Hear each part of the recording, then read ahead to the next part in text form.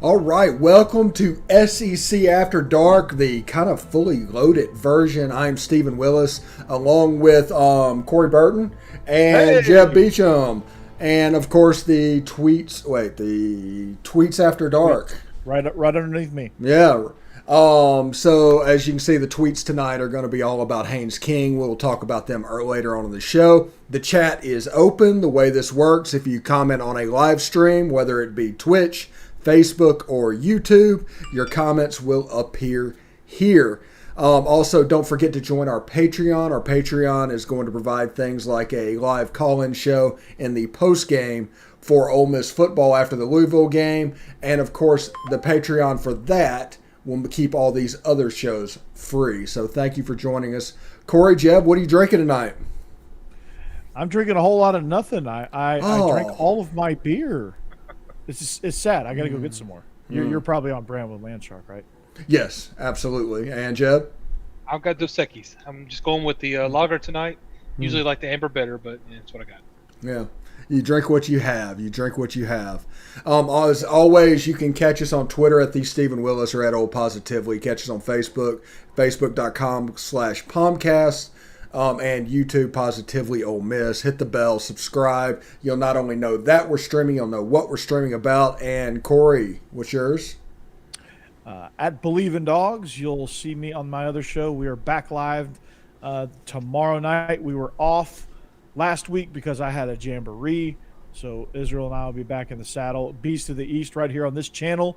You can see it, and on the Believe Podcast Network where you can hear it, and, of course, Illegal Motion as well. And then my information is all down below. At Coach Burton36 is my personal Twitter, and then at Burton.Corey on the gram. Jeb, it's so nice to see you, man.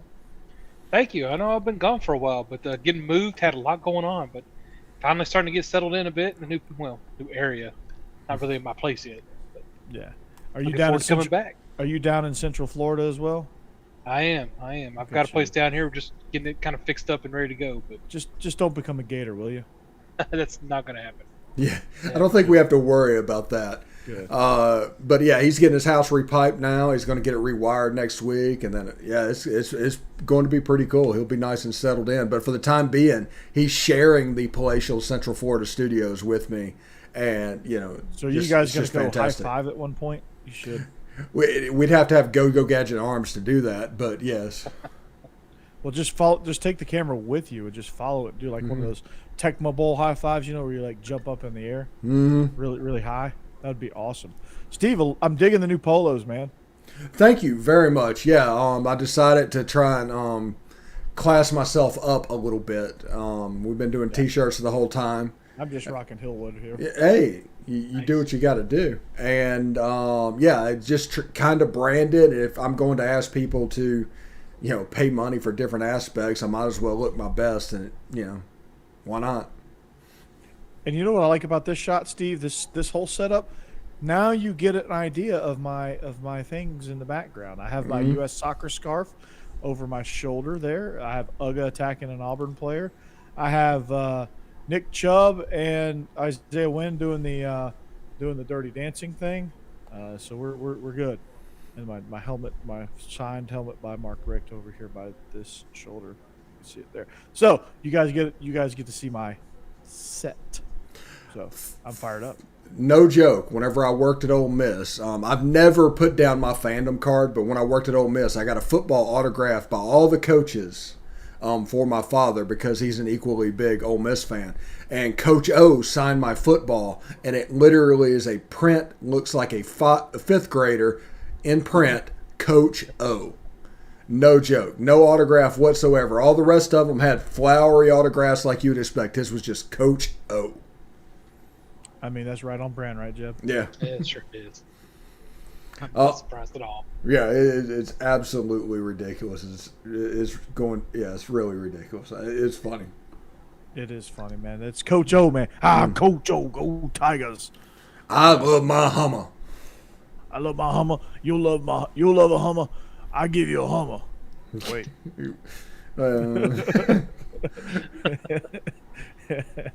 It's going to give him the car, right? You sure you're out of alcohol, Corey? Yeah, I just drank it all right just then. All right, let's get the show started. Tonight we're going to go around the SEC. We're going to check in camps and talk about different storylines that are going around. We're going to talk about the A&M quarterback competition and why, at least me and Corey think it's pretty well done.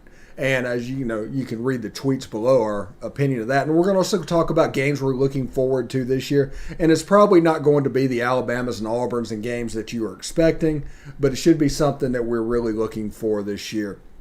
Where do you want to start, Corey, on around the SEC? Let's start with the Georgia Bulldogs. A few injuries with the Georgia Bulldogs. Darnell Washington and Tyke Smith are the latest to have some bumps and bruises. And we injuries are running rampant through Georgia camp. You've got some receivers that are out: Latavius Brini, John Fitzpatrick, Brock Bowers, Rylan Good, Brett Seether. Are some guys that are banged up. Kyrus Jackson's not quite back. Jermaine Burton, he had an ankle injury that he's still healing up. And then, of course, Eric Gilbert. We talked about this on Beast of the East. He is away from the team right now. He's dealing with a personal issue. And then, of course, Dominic Blaylock is not quite healed yet, but he will be. He is healing up right now and working his way back into practice. So lots of non-contact jerseys and guys riding the stationary bikes. Yeah, talking about Eric Gilbert, it was a situation like that is the exact reason that Chad Kelly left Clemson and was out of Clemson, ended up at East Mississippi, and ended up at Ole Miss, and all worked out for him. But Eric Gilbert is getting dangerously close to a cautionary tale at this point. Yeah, he is. It's sad to see. I mean, he's transferred. He's in his third destination now in, 7 months when he transferred originally from LSU in January. It's crazy. Like he can't Where'd he go get first? settled. Went to Florida. Oh, that's right. That's right. Did spring ball with Florida and then transferred again, I think in May, and came to Georgia and did summer stuff with Georgia. But just a kid that can't get it figured out, and you hope that he does just for his sake on a personal level. But football is secondary in this instance, and you hope you get it figured out, and you hope that he can come back and do what he loves to do. All right, hotty toddy, Britt. Let's move over to let's look at the Tennessee quarterback situation next. We all saw the picture of Joe Milton out there looking like a middle linebacker playing quarterback. Cam Newton reincarnated. Now, I'm not calling Joe Milton Cam Newton. I'm saying I'm saying they're built similarly. I just don't think Joe Milton can run a 4.4 40. But no. Yeah, I'm kind of surprised that Harrison Bailey is sitting down at third string currently. Hendon Hooker at second string. Joe Milton seems to be leading that competition. I'm very interested to see Tennessee, but as I sat here and thought about this today, for the last 3 years, Jeremy Pruitt has built that team around the trenches and on the offensive line and things like that. Maybe a dual threat quarterback, and the strength of this team is going to be the offensive line, and you need a quarterback that can provide in the run game an element that you wouldn't normally get because it's just necessary. Now, I can agree with that. I actually went into this very much wanting Harrison Bailey to take over and win that job, but I wasn't really excited about Hooker, and Joe Milton I didn't know much about, but the more he's played, the more we've seen of him. I'm actually getting really excited about Joe Milton. And I think his ability to make plays with his legs will be actually a huge boon. It's the last time now as a Tennessee fan I can really remember having a lot of fun quarterback play was Josh Dobbs, of course, with his ability to run around. So I liked it. I really hope that Joe Milton is able to take over as well as people seem to be thinking he is. Now, the coaches there are being real tight-lipped about it, so this is all just speculation. They are. I think Hooker, to me, just watching them in their previous programs, Virginia Tech is bad, and Hooker would take over games for them. So I kind of thought when he transferred in, he was going to be unequivocally the guy, even when Milton transferred down, because watching him at Michigan, he just didn't stand out to me. I didn't feel like he was. Maybe it was just the Michigan system, the Michigan way. Jim Harbaugh. Just something about Joe Milton just doesn't strike fear into opponents the way I think. I think Hooker's a little bit more of a threat, and I think Harrison Bailey fits more with what Josh Heupel wants to do, or I think he fits more, but maybe he's not. Maybe he's not showing it. Maybe, I don't know. But they definitely, their O-line got blown up in the transfer portal, and they lost, obviously, their best one to the NFL draft, and then their running backs, both of them, Bolt, one to UNC, one to Oklahoma. So, I mean, you got a decimated roster. I mean, I guess you could carry this competition on into the season and just kind of see how it shakes out. Yeah, and Harrison Bailey, physically at least, is basically Dylan Gabriel, the quarterback down at USF. And it's interesting to see with Hendon Hooker coming in second and Joe Milton, maybe offensively there's something that is going to dual threat that we haven't seen from a Josh Heupel offense, because he came from Missouri where he had Drew Lock. He gets down to UCF and it's Dylan Gabriel and McKenzie Milton. And so we haven't seen this style of quarterback. I guess what's his name? Was his name Darnell Williams? After Milton got hurt, the one at quarterback against LSU in the bowl game. Yeah. And so that's probably the closest comp to what this has right now. Milton could run around. Milton's not a pocket statue passer. I mean, Milton can move. Milton can do some things on the ground. You saw a little bit of it. Probably not quite at what he's going to expect from Joe Milton, because Joe Milton's a far superior runner than McKenzie Milton ever thinks he could. He's a fullback. He is a fullback. Mm-hmm. And they can do some things. Power read is something that's becoming very, very popular. Where for those of you that don't know what power read is, it's where you fake a jet sweep, where you have a receiver coming over as fast as he can go. You fake it, and the quarterback either reads it in and he either gives the jet sweep or he pulls it and the guard leads him up through the hole. So it's essentially the Wildcat, isn't it? I guess, yeah, something like that. Yeah. Except you got a guy that can actually throw, so it's not. Yeah, obviously. But single wing football, Rick Darlington down at Apopka, down in close to y'all's neck of the woods, is he's licking his chops watching some of this stuff, because he's like, "Oh, this is all single wing. Yeah, this is all single wing. I love it." Yeah. Hey, what's his name in Kansas City? I can't remember the coach. Andy Reid. Andy Reid running a play from the Rose Bowl 70 years ago that was essentially a Notre Dame box play. Yeah, you gotta love that. Yeah, it was fantastic. And they watched film of that actual game to study the play, which I don't know how they pulled that one off, but hats off to the video crew there, whoever made that happen. Yeah, I would not have enjoyed that at all. I wouldn't have enjoyed that slightly. Next, we're going to move on to Ole Miss.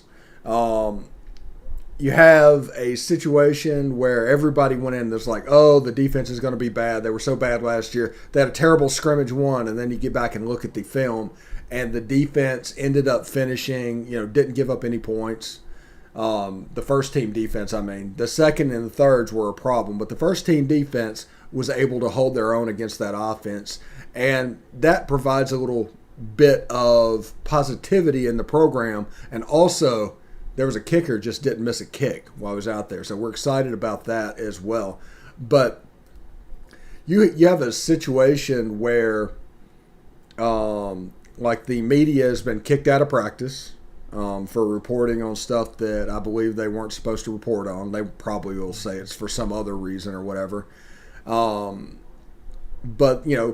Lane Kiffin tried to Pete Carroll the first week of practice and leave it completely open to the media and things like that. Stuff that, like, Kirby Smart would never do, and I'm pretty sure Josh Heupel wouldn't do.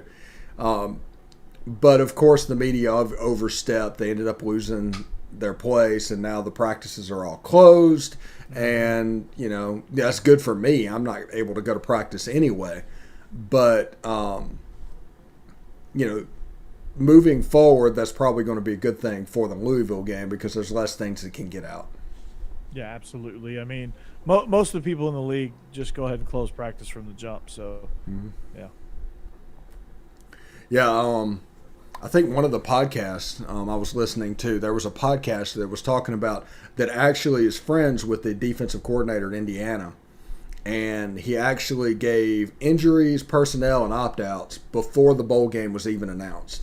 So it's a very, very bad situation. I mean, I'll take your privileges are revoked for 500, Trebek.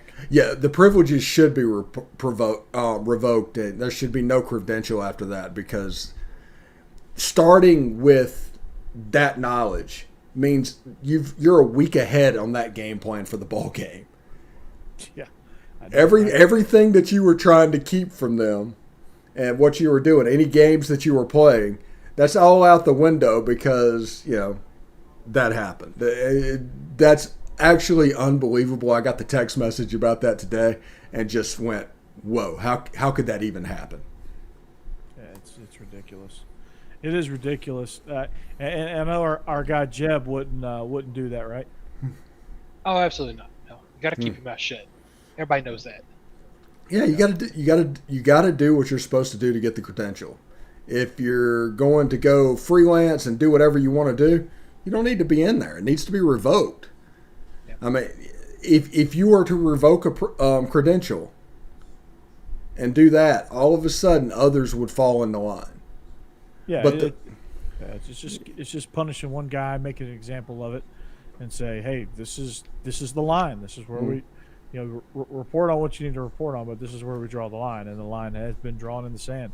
And Kiff Dog he's drawing it as well. So good for him. Yeah.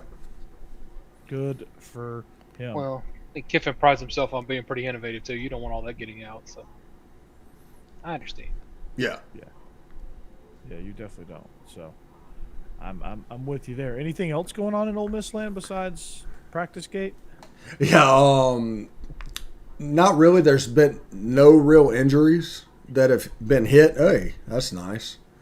Yeah, you better knock on some wood right now. Yeah, seriously. Good grief. Not many injuries. Everybody's relatively healthy, and they're kind of. Kiffin is this newfangled analytical fall camp approach. He probably learned from Pete Carroll and stuff that they are doing. So they've been in full pads probably 2 days so far total. And, that's led them to be a little bit more healthy. And that's fine. That's what you want, because defensively there's probably 12 or 13 guys you can count on at this point. You need those guys healthy so you can build that depth, because you want to get to that 22. Yeah, I mean, less is more these days. So, you know, it's all about just staying healthy and getting to the season. You're going to give up 30 points regardless. I mean, that's just modern day football now. So, we're going to start to see some arena scores here pretty soon. Hey, Adrian, my starting defensive lineman, it is very early, but I've heard stories. Tarikas Tisdale playing in the middle. I think you're going to see a three-man front as a base with this defense, and I think Tavius Robinson and Sam Williams and things like that, they're going to play around with that to try and create matchup problems. But the JUCO guys, by game 6, game 7, they'll start flashing. But it's always a year prospect whenever you have a JUCO guy coming into count. Good question, though. That's a great question. Go ahead, Corey. Yeah, I mean, it's let's take a look at Florida. There's an interesting story down there. I know we talked a lot about them. I know we kind of turned Beast of the East into Beast of the Gators, but they're an interesting team this year because what do they have in Emory Jones? And we could talk in circles about what they have in Emory Jones. We kind of know at this point, but a guy that is intriguing to me and is going to be kind of, I don't want to say the X factor, but he's going to be kind of an X factor. He came from Penn State in the transfer portal. He hasn't made many appearances for the Nittany Lions. That's wide receiver Justin Shorter. But he's having himself a pretty good camp so far, and he's developing a rapport, and so he's somebody that could possibly come in and contribute. Yes, he's probably a guy that is thriving on this new offense because Dan Mullen's going to run a Nick Fitzgerald, early Dak Prescott, Chris Relf type offense at Florida this year. And because of that, you're going to have one-on-ones on the outside because it's just designed for that. So a talented player like that, you have to beat one player, one guy, and you're open. Yeah. As long as the ball's there, you can produce. You just need somebody that can deliver the ball, and he can deliver a good football. He can. This stuff about Emory Jones being a poor passer, that's hogwash. He can throw the football. He can't do what Cal Trask did. But the stuff like Nick Fitzgerald, stuff like that, he can do in spades. Yeah, I mean, he can. Yeah, he is that type of mold. And if Dan Mullen is worth his weight in salt, and I think that's the right saying, right? Then he knows that, and he'll take advantage of that. Florida, I think, they're going to have a hard, they're going to be competitive. This race for second is going to be very, very interesting. I keep going back and forth between Florida and Kentucky for that second spot right now. And then once we start playing games, you'll get a better feel of kind of what they're going to look like offensively. Yeah. What are you looking for from Florida, Joe? I have not paid that much attention to Florida. I am kind of looking at this right now. That Justin Shorter you mentioned, 6'5", 228. That's a big guy. He's probably going to be pretty good at winning some of those jump balls on the outside too. It is nice to have somebody like that on the team. I can figure out why Penn State Jeb was not very good because he didn't play much at Penn State. Yeah, he's a guy that can fill that Kyle Pitts type role while not playing the same position. So on the outside, those are going to be the dominant positions. I mean, Mullen is a huge fan. I think he ran the circus concept against Ole Miss like 15 times last season. He liked that with Kyle Trask. So he's a guy that you find something that works, you do it over and over and over again. And I just think he's going to find a way to make that guy a weapon. And I think there's another 5-star receiver that transferred in on the other side. What's his name, Corey? Oh God, I knew you were going to ask me that, right? I will get that name for you. Yeah. You guys just keep going. Yeah, but you have a guy like that is going to create different angles that you can get into that zone behind the linebackers when they come up there. It's going to be imperative for Florida to run the ball well. They haven't from the running back position. Emory Jones needs to pick up the slack. But if you can get those guys moving forward, you can accordion that defense behind the linebackers and the safeties, and there's going to be a lot of space there that can be used. And, I think they essentially have a couple of tight ends on the outside. They're going to have a tight end inside. They do not have a Kadarius Toney. That's the downside for Florida this year. So I'm curious. I mean, I guess Jacob Copeland's going to have to be that guy. I don't know that he's as talented as Kadarius Toney, but he's going to be counted on to be that guy. So we're going to see kind of what he has to offer in that role. So he's good, but he's not like electric, game-breaking type deal. Yeah, he's not Toney. No, he's definitely not Toney. I mean, Toney's a first rounder. That's tough. That's tough to replace. Yeah, absolutely. Let's move on a little bit to Alabama. And I think after the first scrimmage, and now you can't read too much into these scrimmages. These scrimmages can be scripted in a way that you can have a difficult time for the side of the ball. You can really read nothing from the scrimmage, but I'm going to tell you the stat anyway. Bryce Young was 12 of 29 in the first scrimmage. And after saying all of that, what do you think, Corey, hearing those numbers? I just take it with a grain of salt, honestly. I always take scrimmage notes with a grain of salt because I'm on this end of it, and I kind of know how scrimmages work. You're trying to see different looks. You're trying to throw guys into different situations. Stats are very, very, just irrelevant, really, because they don't really tell you a whole lot because again, you're just seeing certain things and certain pictures, and like you might see, what coaches really like to do is they like to stack the deck, especially if there's a quarterback competition. They like to stack the deck against the quarterback to put him in these situations to where he has to make pressured throws in the tight windows, things like that. And interception numbers, when you do those kind of things, will naturally go up. But it all evens itself out, and it's part of the evaluation process. So I don't get too high or too low based on stats from a scrimmage. What do you think, Joe? No, I agree. Bryce Young is extremely talented, but he is, he's still learning the position. He was the starter last year, and he's it's easier, I think, on defense in some of these scrimmages to look good, especially when you're a defense as good as the one Alabama has. So I'm not worried about their offense at the moment. I think they're going to be just as good as they always are, unfortunately. Yeah, and I was in that world for 3 years, and every fall camp there was at least one scrimmage where a side of the ball was intentionally put at a disadvantage so that basically you could script humbleness after that. So when they come back to practice, they can yell at them and they can get the field really fast. And I think going back to the Ole Miss scrimmage, they tried to do that as well. The practice immediately after the scrimmage, 2 turnovers, the defense flying around. And I think that was a motivational tactic, and it's something that all football coaches do. Saban is the master at that. Mm-hmm. One quick Alabama note. This is the most perfect NIL situation you could ever deal with. JaQuincy McKinstry, nickname Kool-Aid, struck a deal with Kool-Aid.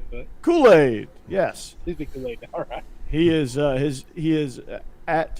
GAQMCK1, and his Twitter name is now Kool-Aid Man.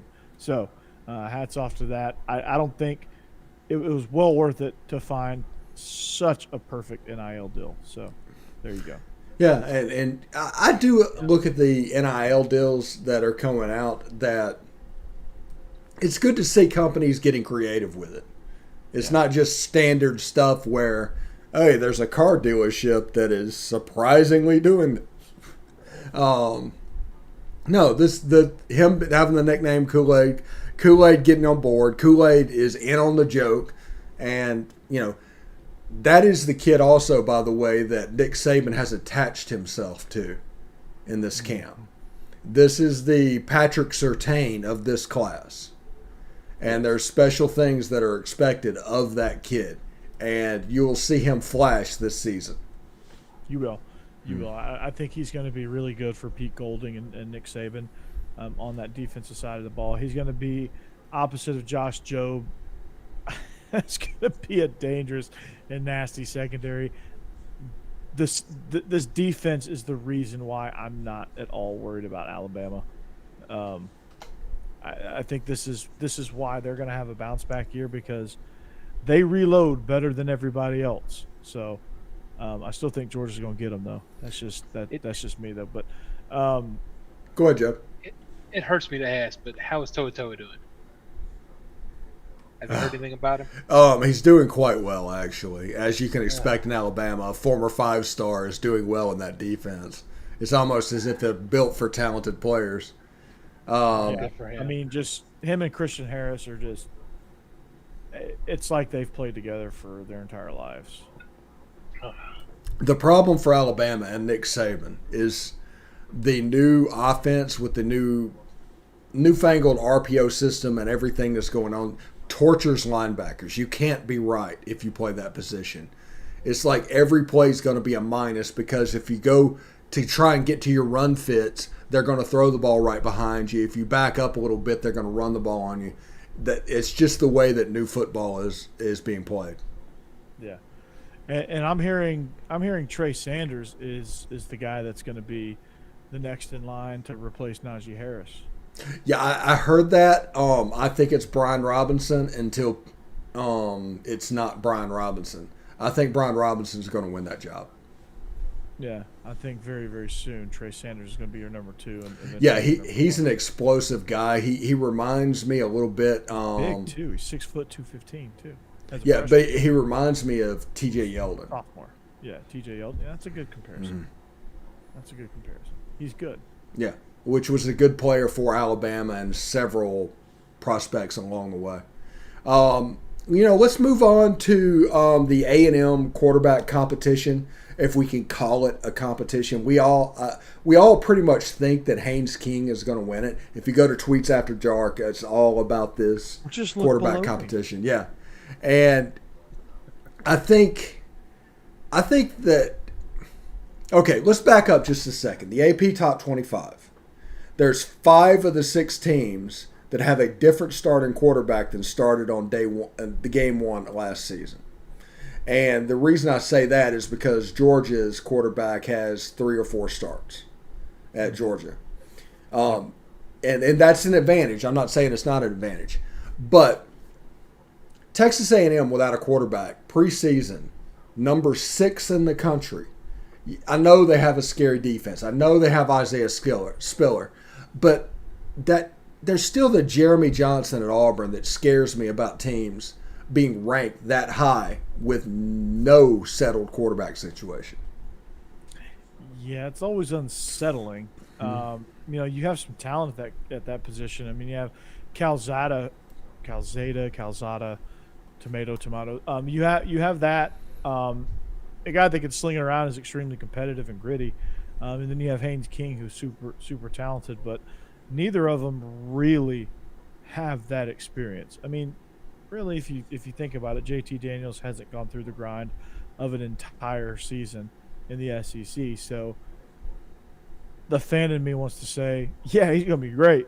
He's smart. He's intelligent. He knows what to do with the ball. But, I also got to be realistic and say he's got to make it through the schedule first. And then, wait till after the season and crown him. So,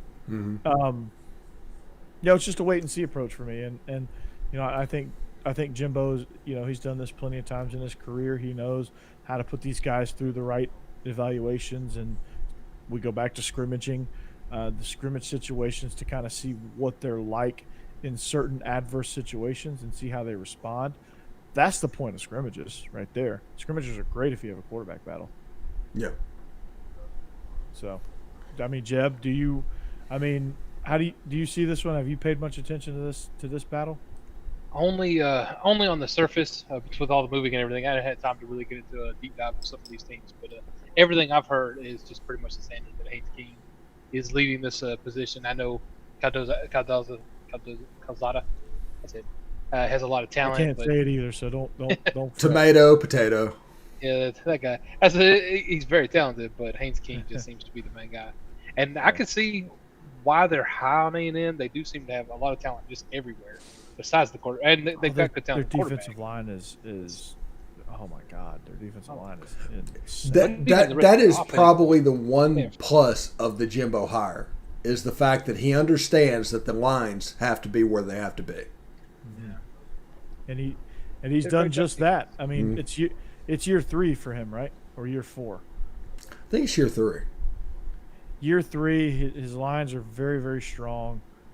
I think it's year 4. Year 4. Yeah, because he underachieved year 1. I think he came back, had a solid 9-win year 2. It is year 4. Stepped back to the pack a little bit last year, and then, or year before last, and then obviously was a couple votes away from being in the college football playoff. So this is what's eerie. We talked about this when we did our SEC preview on the Illegal Motion College Football podcast, and we talked about the parallels between his first 4 seasons at Florida State, and it was eerily similar, like the way it played out. So based on that, he should go 12-0 and win the national championship, because that's what happened at Florida State. So, and if that happens, also they better enjoy this season, because next season is going to get a little bit worse, and then the year after he's going to have to bail because they have all kinds of offensive line problems, and you're going to hire Willie Taggart, and then he's going to make it 2 years, and then Mike Norvell is going to come over. I mean, if you haven't called it by now, I mean That's about as perfect as it gets, right? So Mike Norvell's going to move to Texas A&M. You heard it here first, right? You heard it here first. Yeah. So. Well, they got to hire Willie Taggart first. Yeah. No, that's obvious. That's obvious. So where's those tweets? Come on, Aggie Sports 365. Where's those tweets at? Nice, yeah. Brett. Jimbo is the quarterback whisperer. And yes, he might be the quarterback whisperer, but I think some of that is like weird branding. It's because of Jameis having 1 year. Yeah. So do we need to like have Haynes King steal some crab legs or something like that? Exactly. Send Haynes King to HEB immediately, or Heb. How do you pronounce that? Is it Heb or HEB? I don't know. I'm not from there. There are no Hebs in Tennessee, so you got me. We're just getting ready to get a couple Whataburgers. That's right. I'm sad I left her for that. Yeah, hey, our resident Alabama guy, going back in time a little bit, said that Toa is already calling plays, which allows Christian Harris to play his natural position. It spells bad news for the rest of the SEC, per Jake Thomas. Well, Jake, I hate to break this to you, but you're going 12-1 this year. 12-1, 12-1, and I got a better internet connection. So, boom. Yeah. Maybe 11-2 if Haynes King plays well. Yeah, take that. Take that. Ooh, mic drop. Go Dogs. Yeah. See what he says to that one. Yeah. Lost to Ole Miss, probably. Yeah, I'm counting on that. I mean, hell, is it going to be back-to-back losses? Because they play. Let's talk about favorite games. Ole Miss, Alabama, followed by Alabama, A&M, back-to-back weeks. I mean, what a two-game gauntlet there. Yeah, that's must-see television for Alabama and Ole Miss and Texas A&M. Those two games back-to-back. I think they will have some of the highest ratings of the season. Ole Miss and Alabama and Texas A&M have CBS written all over them.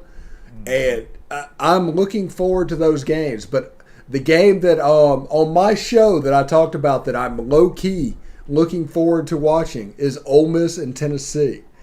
That's a game that could be 57-55. I'm looking forward to seeing what that game can do and the players that step up in that. And also I'm looking forward to Ole Miss and Arkansas. Matt Corral mentioned Arkansas by name at SEC Media Days. There is no game that is circled on that guy's calendar like the Arkansas game. Yeah, that's – why did he single that one out? Because he threw 6 picks last year. Oh, yeah, that's right. Forgot about that. That's right. See, short memory. I have a short memory. I got a story for you if you do history. I love history. Yeah, if you do history. In 1968, Archie Manning threw 6 interceptions at Tennessee. Mm-hmm. The next year, Archie Who happened, to where they talked about. Many people say that Ole Miss has the horses, but I think they have mules. That was Steve Kiner from Tennessee.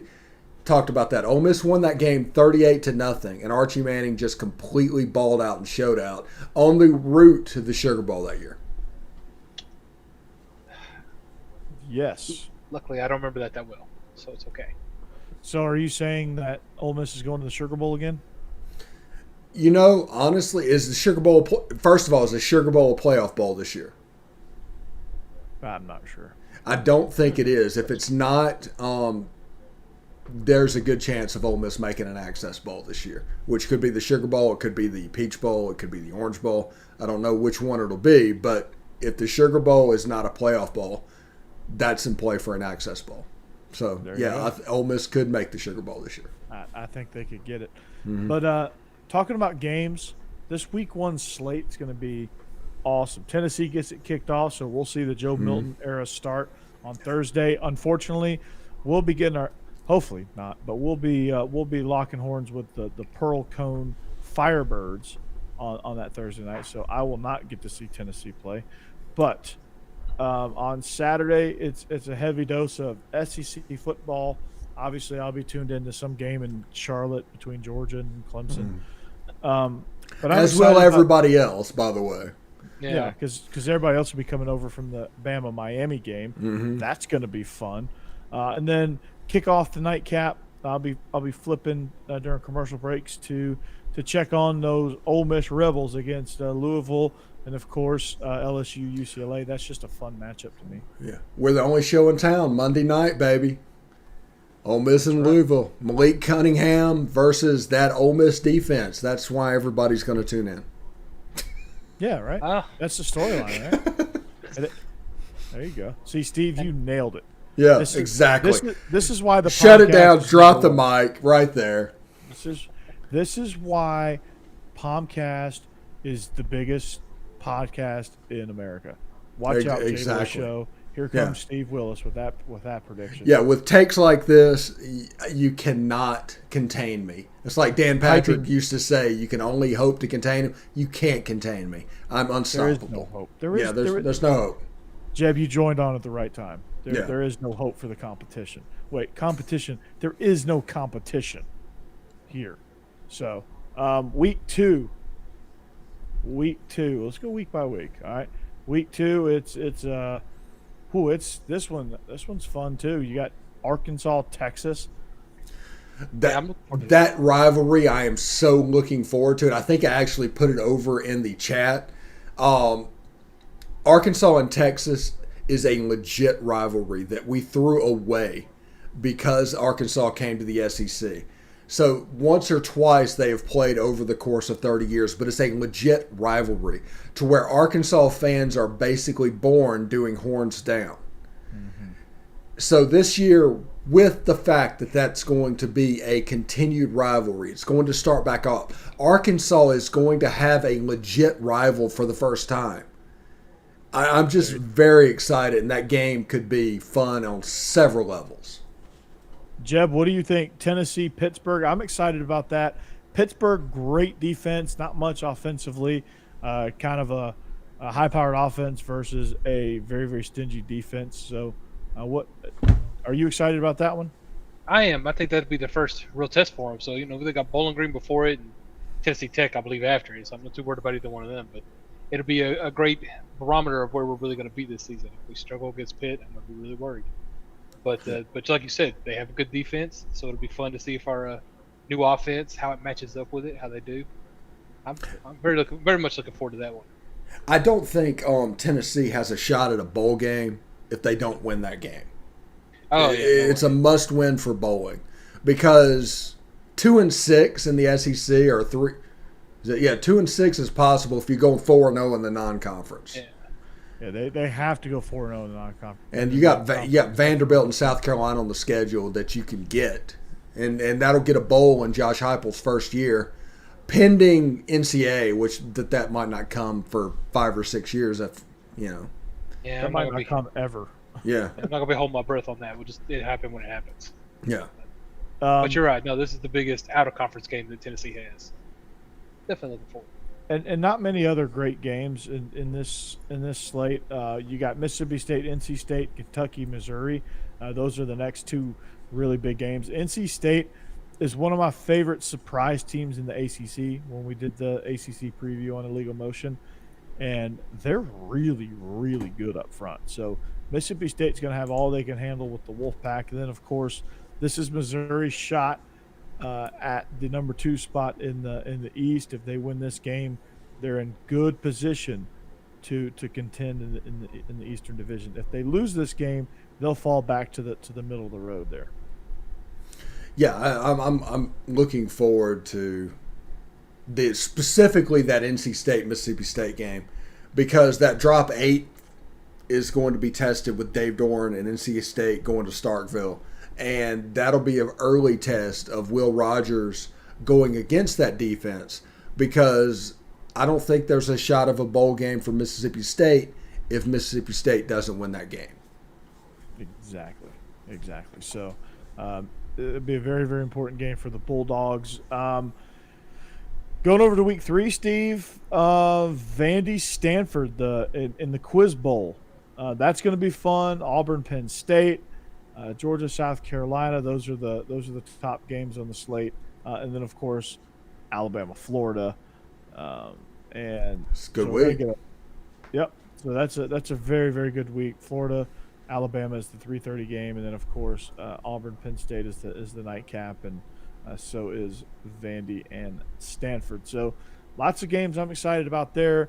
The one that excites me the most, I mean, obviously Georgia, but I'll take Georgia out of the mix except for the cocktail party. The one that really, really intrigues me is Auburn, Penn State. I want to see how they do in the whiteout. I want to see if Penn State is worthy of their preseason ranking. Do you know that Auburn has a losing record against Vanderbilt? Do they really? Wow. Most of that must come from what, like 30s and 40s? I think James Franklin. They must have played Vanderbilt when James Franklin was at Vanderbilt. And my point is that beat them once. Yeah, my point is that James Franklin's going to know how to deal with an SEC team because he's lived in that world before, and it'll be interesting to see. Penn State, is that game at Penn State? Yep, Yes. it is at Penn State. Yeah, it's going to be a whiteout. It's going to be Seven Nation Army. It's going to be all the stuff that's the best of the Big Ten in that game. Exactly. And then, of course, Alabama, Florida. We know the implications on that one. I just think Bama's going to roll in that one. It's not very exciting. I think they're going to roll. When Dan Mullen was at Mississippi State with those type quarterbacks that we always talk about, the Chris Relf, the Nick Fitzgeralds, the early Dak Prescott, they never beat Alabama. And they won't. They won't because, I mean, those linebackers are going to be. I mean, it's just going to be too much for them. They're going to overwhelm Florida, and then obviously I think Penn State. Jake, to answer your question, Penn State has the advantage in that matchup. So, early in the season, new coach. Auburn's going to be a different team at the end of the year than they are at the beginning. And Penn State has home field advantage. Yeah, I agree. They have the advantage. Week 4 is very interesting.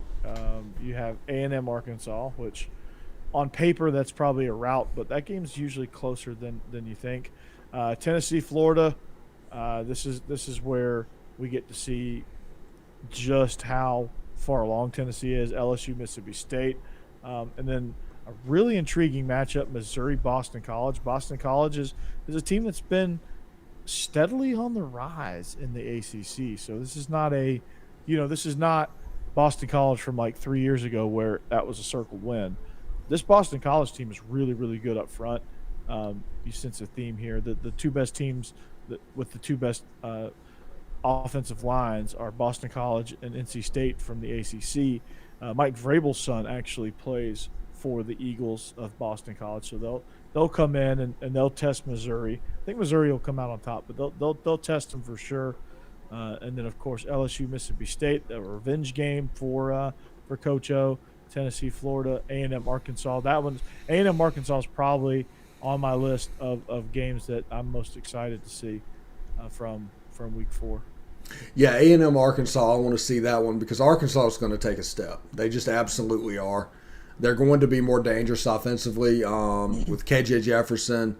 They're working on finding a running back combination. I think they have Trayvon Smith that's going to show up. And they have Treylon Burks on the outside that is one of the top 2 or 3 wide receivers in the SEC. So against that defense, that is going to be interesting because that is going to be the first look at how the Texas A&M defense contains and handles the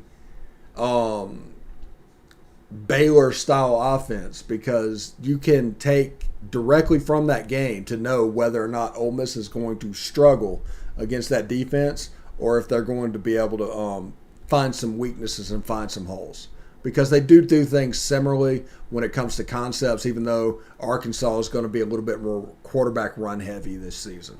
They're going to look like Kendall Briles at Houston more than Kendall Briles at Baylor. Florida fans have an interesting kind of 3 weeks in a row, too. I like this. They have Alabama coming to town, who they're probably going to get beat by. Then Tennessee coming to town right after it, who's decidedly easier than Alabama. but maybe a trap game. We'll see how well Florida's playing after the beating they get from Alabama.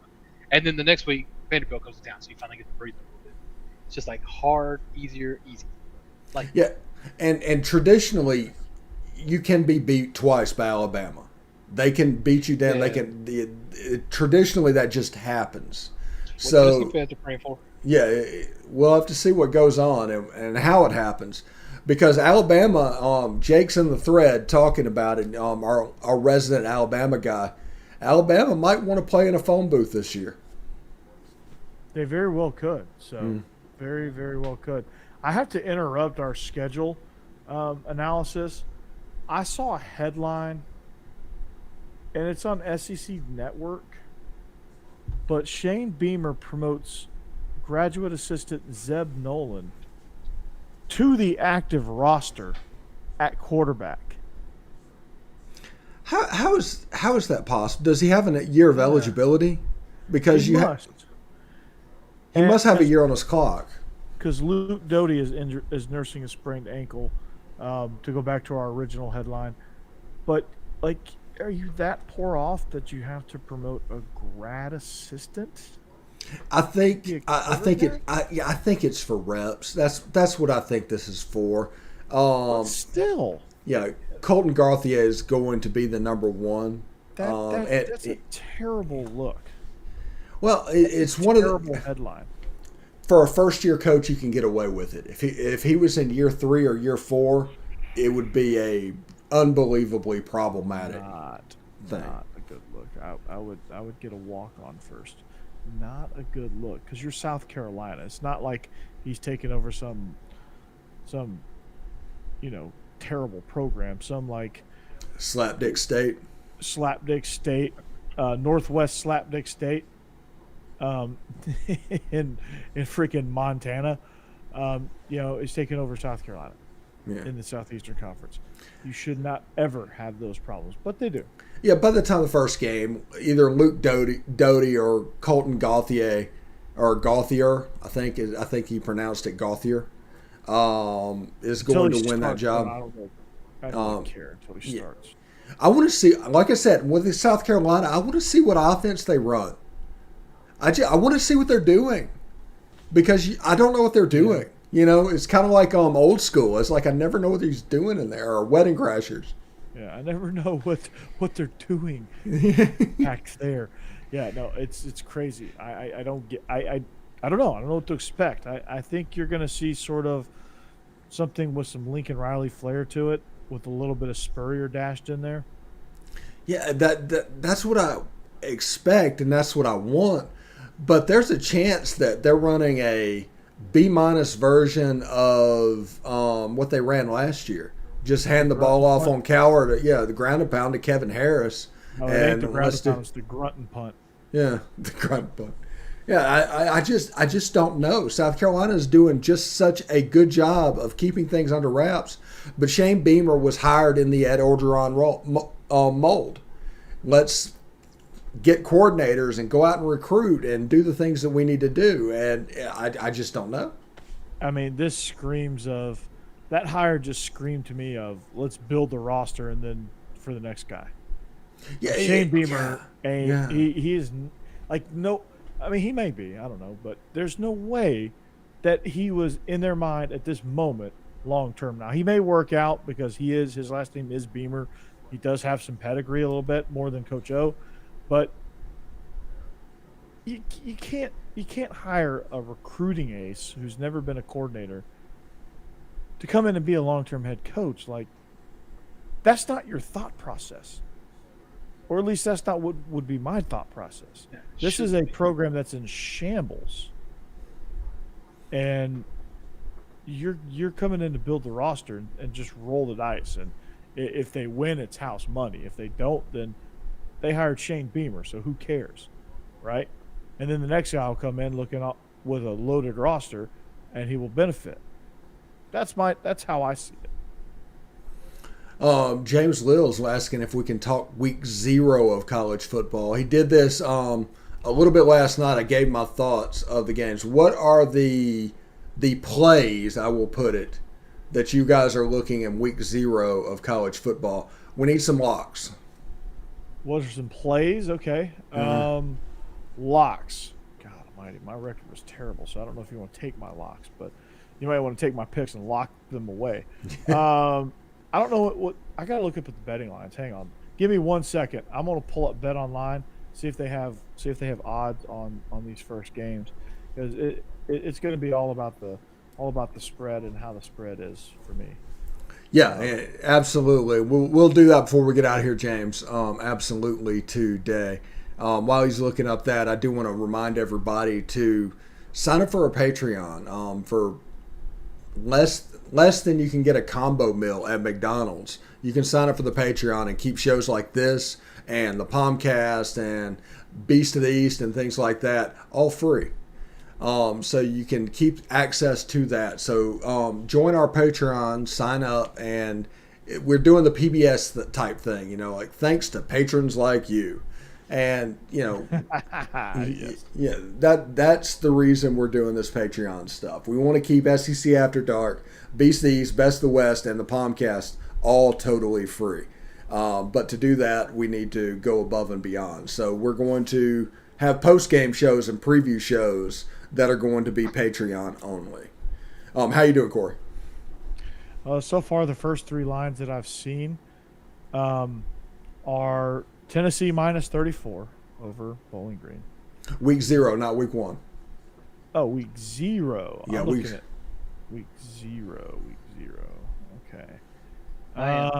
Let's see. 100% sold on San Jose State. They're going to kill Southern Utah. No worries. Week 0 is August 28th, right? Yeah. Yep. So the three lines that I'm showing, I might take Illinois plus 6.5. Illinois plus 6.5. Over Nebraska. Well, yeah, after Nebraska, after today, that seems like a decent play at the moment. That's given the headlines that are going on about Nebraska. That seems like a really good play. Although, anybody want a conspiracy theory? Does everybody want a conspiracy theory? I think the Big Ten turned in Nebraska because they hate Nebraska. That might not be a conspiracy theory. I think that's true. I think that's true. Also, easy money. Connecticut is a high school program, so I think Fresno State is getting 27.5. God, I think they cover that. I think they double that.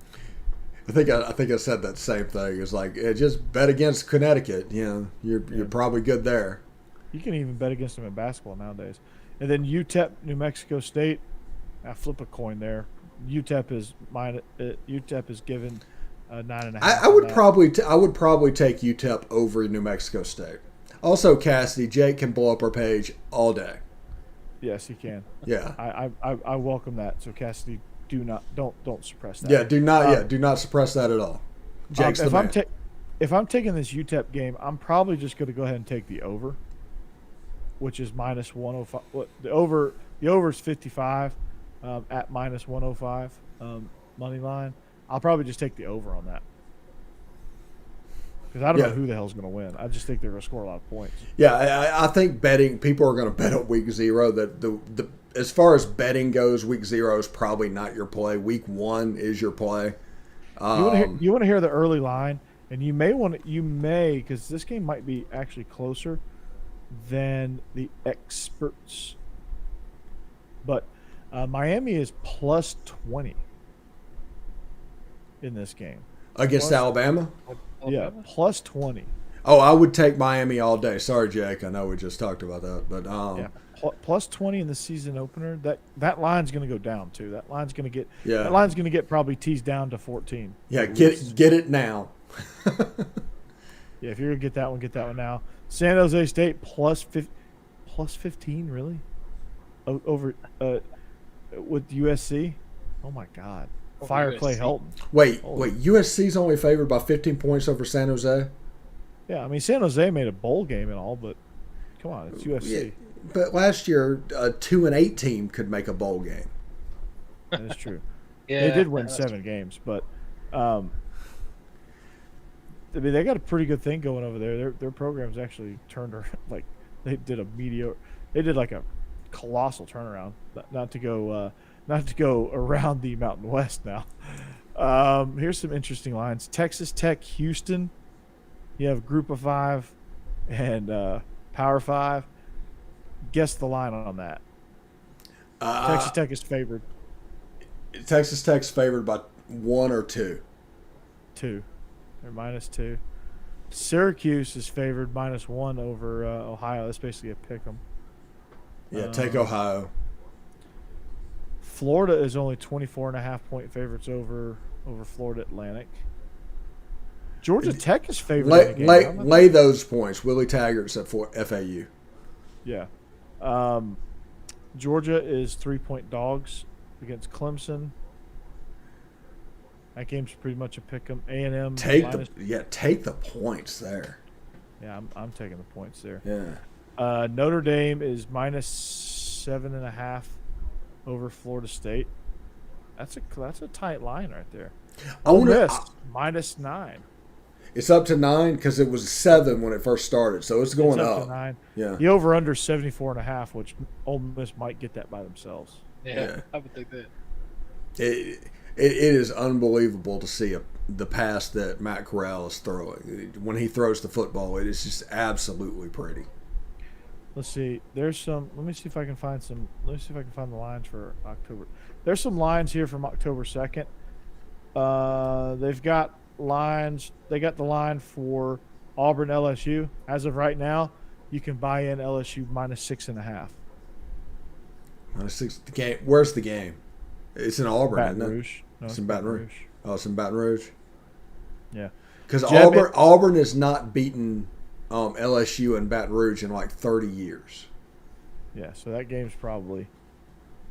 I still might take Auburn and the points. Stay tuned on that. Don't take my bet on that. Tennessee, Florida. Any guess on that line, Jeb? Oh, Florida. Let's see. Mine is 17. Damn, you're looking it up, aren't you? Oh no, is that right? That is right. No. Florida's favored by 17. Right on the dot. That sounds right. That's really good. If that's a game where Florida's hiccup and they don't score very quickly, they don't score the ball, and they were counting on their defense, look out for Tennessee. At least to cover that 17. Hey, this is the SEC. You have no idea what's going to happen. I'm trying to find the most ridiculous spread. Vanderbilt versus. So far, the highest spread is 34. 34? Yeah. So far, that's the highest spread, and that's Tennessee over Bowling Green. Tennessee is favored by 34 over Bowling Green? Yeah. I'm sorry. Take the points. Wake their Forest first game. I don't think Tennessee is 34 points better than anybody at this point. I think they could beat Tennessee Tech by that, but not Bowling Green. Yeah. Not their first game of the season. Yeah, is one of those games where they might score 60 points, but they're going to give up 30. Did Dino Babers get hired? I don't know. I thought he was at Syracuse. Yeah, but all of a sudden, no, I'm just kidding. Oh, okay. Yeah, I'm just joking. I got you. I'm surprised he didn't get fired at Syracuse, to be honest with you. Well, the difficulty last year of firing a coach is how you end up with a Shane Beamer. I mean, you got Brian Harsin, but that was just because they just decided they were going to go into debt at Auburn to get Brian Harsin because, Steve Sarkisian at Texas hired an assistant. I mean, COVID was real. That was a real thing. Well, Sark was a hot name, so I don't blame them for hiring. No, me either. Texas wasn't going to get anybody else. Like for what they were, they hit a home run. Yeah. South Carolina whiffed. Oh yeah, South Carolina whiffed hard, real hard. And the pandemic saved Ed Orgeron's job. Yeah, the pandemic saved Ed O. I think Syracuse made the right move keeping Babers. I think Babers is really good. Syracuse, it's hard to recruit Syracuse. Really hard to recruit Syracuse. All right. Hey, we've gone over an hour. Thank you, everybody that participated in the chat tonight. Thank you, Thanks, Jeb. Jake. Yeah, and Corey. Don't forget Jeb, about good. Britt and Adrian and Cassidy. Britt and Adrian, Cassidy. Yeah, Thank you. yeah. We had a little bit of. Go ahead and sign up for the Patreon. Britt already has, by the way. Sign up Is for the Britt Patreon. the first? Britt was the First first. one? He was the inaugural person to sign up to that. We have since added to that. Congrats, Britt. So, yeah. Congrats. So Britt was the first. So whatever he can say, whenever I remember when, he can literally mean it because he was the first. But I remember when I was Steve Willis's first Patreon account. So there you go. So yeah. Well done. Yeah, thanks to everybody for tuning in. We will be back next week for a fully staffed SEC After Dark. You can see what we're going to. The Tweets After Dark, we'll change that next week, depending on what's going on. But Corey is going to point down at the tweets, and Jeb is going to point at the tweets, and we're going to have a good time. But, of course, I'll have my beer reloaded too. So yeah, and we'll continue to have fun. So thank you very much for tuning in. peace. All right. See you next week.